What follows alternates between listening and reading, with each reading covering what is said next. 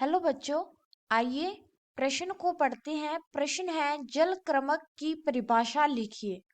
तो इस प्रश्न के अंदर जो हमें मुख्य अवधारणा दी गई है, मुख्य अवधारणा अवधारणा वो है जल क्रमक।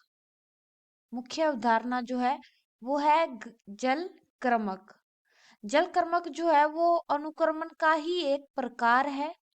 जो अनुक्रमण होता है, अनुक्रमण उसी का ही एक प्रकार है जो कि हमें जल के अंदर देखने को मिलता है। जल स्रोत जो होते हैं उनके अंदर अनुक्रमण का प्रकार है। तो अनुक्रमण क्या होता है? अनुक्रमण होता है कि जल के अंदर किसी एक पादप समुदाय का किसी एक पादप समुदाय का पादप समुदाय इस पादप समुदाय को किसी दूसरे पादप समुदाय द्वारा, जो दूसरे पादप समुदाय हैं उनके द्वारा हटा दिया जाता है, उनके द्वारा हटा दिया जाता है।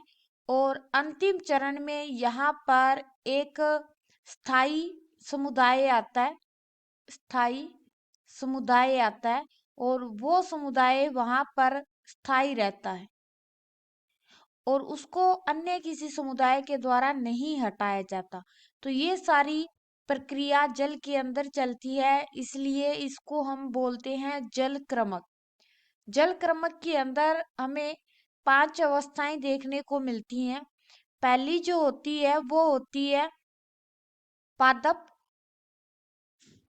पादप प्लवक अवस्था। इस अवस्था के अंदर क्या होती है? इस अवस्था के अंदर जैसे कि उदाहरण के तौर पर हम बात करें शैवाल वगैरह, ये पानी की ऊपरी सतह पर पाए जाते हैं। तो ये होती है पादप प्लवक अवस्था, जिसमें पादप या जो पौधे हैं वो जल की ऊपरी सतह पर पाए जाते हैं, जैसे कि शैवाल। तो जैसे शैवाल मृत होंगे, शैवाल नीचे की तरफ जल में बैठ जाएंगे, जिससे तालाब के अंदर जो जल है वो कम हो जाएगा और उसमें धीरे धीरे आगे, जैसे हम आगे बढ़ेंगे वैसे वैसे जो पोषक तत्व है उसकी मात्रा बढ़ती जाएगी।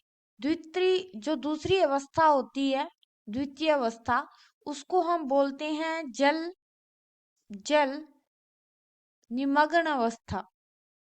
जल निमग्न अवस्था। इस अवस्था के अंदर क्या होता है? इस अवस्था में जो पौधे पाए जा रहे हैं वो जल, बिल्कुल जल के अंदर पाए जा रहे हैं, नीचे तली पे पाए जा रहे हैं और वहीं पे स्थित है। और उनकी जो जड़ें हैं वो भी इस तली के साथ में जुड़ी हुई हैं।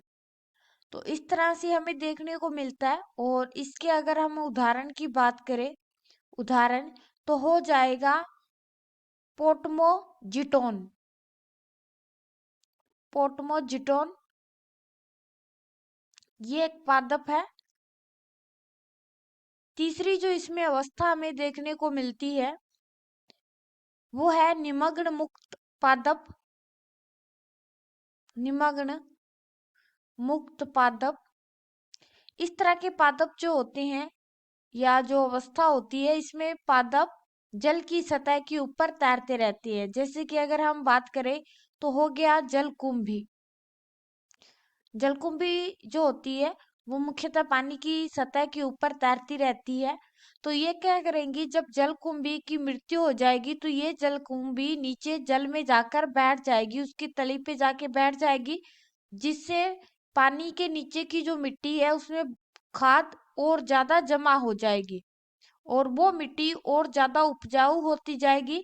ऐसे करके धीरे धीरे क्या होता जा रहा है, धीरे धीरे जो तालाब है उसमें पानी कम होता जा रहा है और खाद, बाकी उर्वरक, मिट्टी, इनकी संख्या ज्यादा होती जा रही है।